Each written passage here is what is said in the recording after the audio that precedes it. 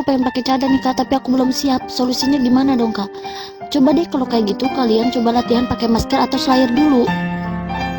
Nih ya, jika ingin memakai cadar tidak mesti memakai cadar lengkap dengan pudahnya, kemudian memakai pakaian serba berwarna hitam, karena tujuan cadar adalah menutup wajah yang merupakan salah satu bagian yang paling dinikmati oleh laki-laki. Maka apapun yang digunakan untuk menutup muka maka boleh-boleh saja, misalnya slayer dan masker. Para wanita bisa menggunakan slayer untuk menutup wajah mereka, sehingga hampir mirip fungsinya dengan cadar. Dan kesan orang memakai slayer tentu saja berbeda dengan kesan orang memakai cadar, karena slayer sudah dianggap biasa di masyarakat kita. Akan tetapi fungsinya hampir sama dan bisa diniatkan untuk melaksanakan sunnah, yaitu menutup wajah. Karena memakai slayer atau masker adalah wasilah atau sarana, dan hukum wasilah sesuai dengan tujuannya, yaitu menutup wajah. Selaras dengan kaidah fikih, wasilah atau sarana sesuai dengan hukum tujuannya.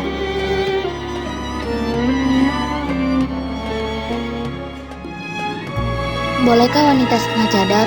Maksudnya setengah cadar itu apa sih? Bukan tutup cadar gitu maksudnya.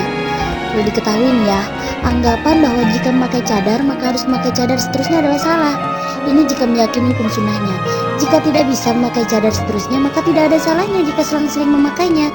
Memakainya di tempat dan suasana yang mendukung dan melepasnya di tempat dan suasana yang tidak mendukung. Misalnya nih ya, jika di lingkungan keluarga dan kerabat dilarang oleh orang tua, maka silakan dilepas. Tapi ketika keluar rumah silakan memakainya.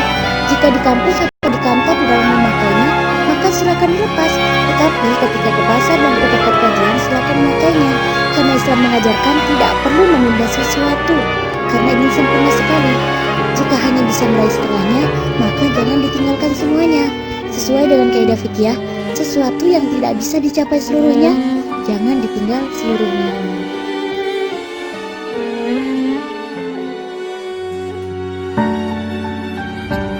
Ada apa dengan cadar?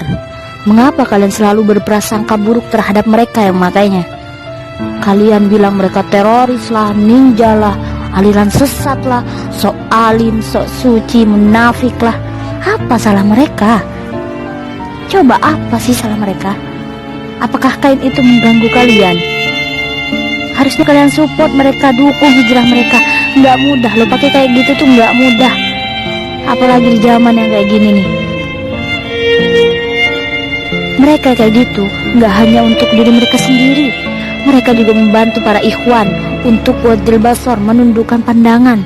Mereka bukan nggak bisa berpakaian seksi, pakai rok mini, pakai lipstik, tapi mereka menjaganya. Tubuh dan wajah mereka jaga hanya untuk suami mereka.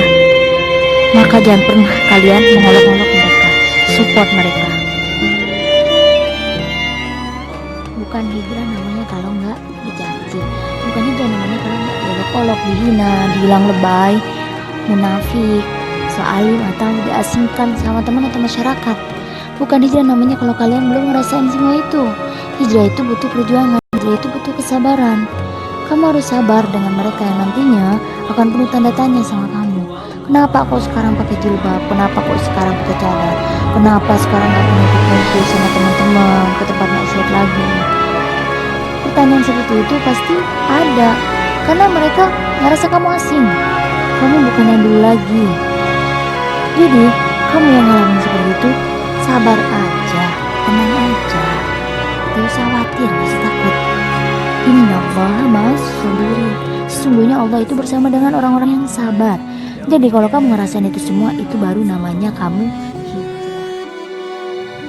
Kadang saat seseorang udah usaha memperbaiki diri atau hijrah nih ya, ada aja yang ngungkit-ngungkit masa lalunya. Si A itu loh, sekarang soalin pakaiannya syar'i, padahal dulunya pakai rok mini. Si B itu loh, sekarang sering ikut kajian, padahal dulu kerjaannya keluyuran. Si C itu loh, sekarang anaknya sok-sopan, padahal dulunya urak-urakan. Kenapa sih masa lalunya diungkit terus? Emangnya nggak boleh ya mereka hijrah, usaha buat memperbaiki diri untuk lebih baik dari sebelumnya? Seburuk apapun masa lalu seseorang, dia masih berhak untuk menjadi kekasih Allah, masih berhak untuk menjadi penghuni surga. Allah itu maha pemaaf, Allah itu maha besar, Allah itu maha pemberi hidayah. Itulah Allah subhanahu wa ta'ala. Yahdillahu binurihi may yasha. Allah memberikan hidayahnya